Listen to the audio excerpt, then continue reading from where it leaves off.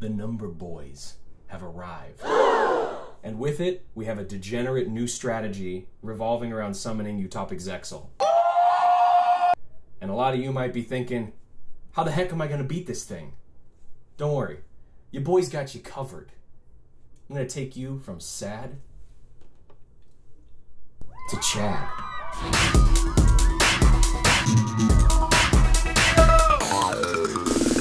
So you know the drill. Big Chad energy starts with you liking the video. Subscribe to Bemani Lounge so we can keep bringing you awesome Yu-Gi-Oh content.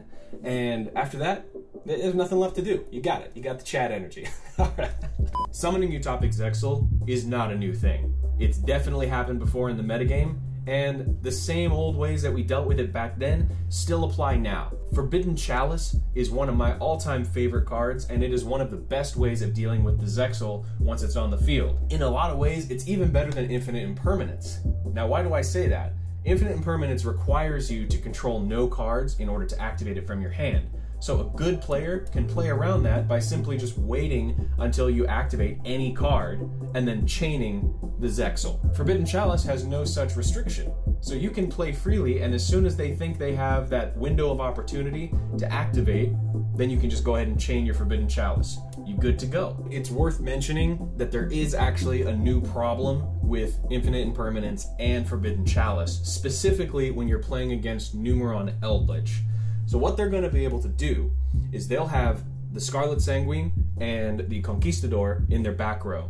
They're going to activate their Zexal, and then you chain your Forbidden Chalice or your Infinite Impermanence, whichever one, and here's what's going to happen. They're going to activate Conquistador and then chain the Elixir of Scarlet Sanguine. So they'll get the Golden Lord to the field, and then they're going to pop their own utopic Zexal so that your card misses the target and theirs resolves successfully. And it locks you out of the game, and now they have two monsters on the field, plus whatever else they might have in their back row or in their hand.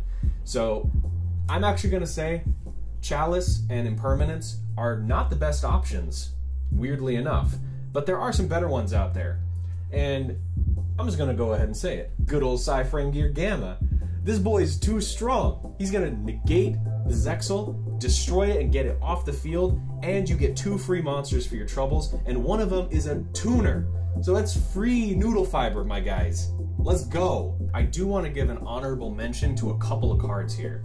First of all, we got good old Ghost Reaper and Winter Cherries. It's never been like the strongest card, but it does deal with the Zexal by just getting it out of their extra deck.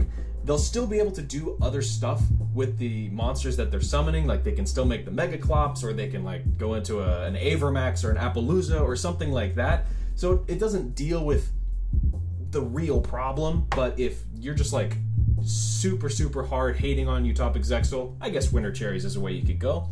And the other one I want to mention is Xyz Encore.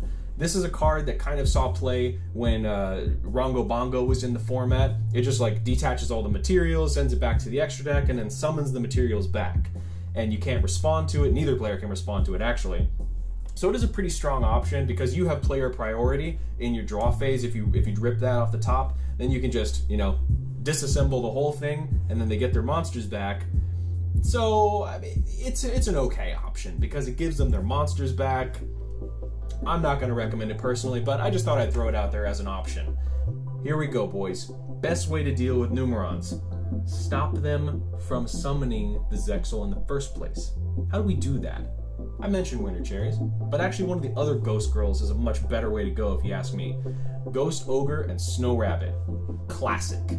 The field spell dumps for cost, and it copies the effect of the Numeron Calling in the graveyard. It's a field spell. You just Ghost Ogre it. So there's a couple reasons why this is actually the best way to go, in my opinion.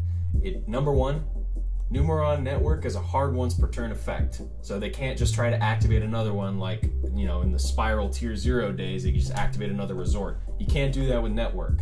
Number two, denying them access to the monsters also means that if they've drawn the Memories of Hope spell, lets you draw for every Numeron or Number Xyz monster with a different name, they can no longer draw 4 cards, so it's a dead card in their hand. They've lost the ability to make the Zexal, and all you had to do was just draw Ghost Ogre.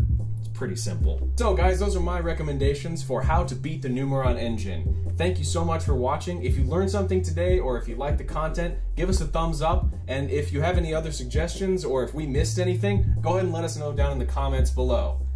But hopefully now you're dealing with Numerons like a Chad. So I'll catch you guys in the next one. This is Zach signing off from Bemani Lounge. Peace out, my brothers.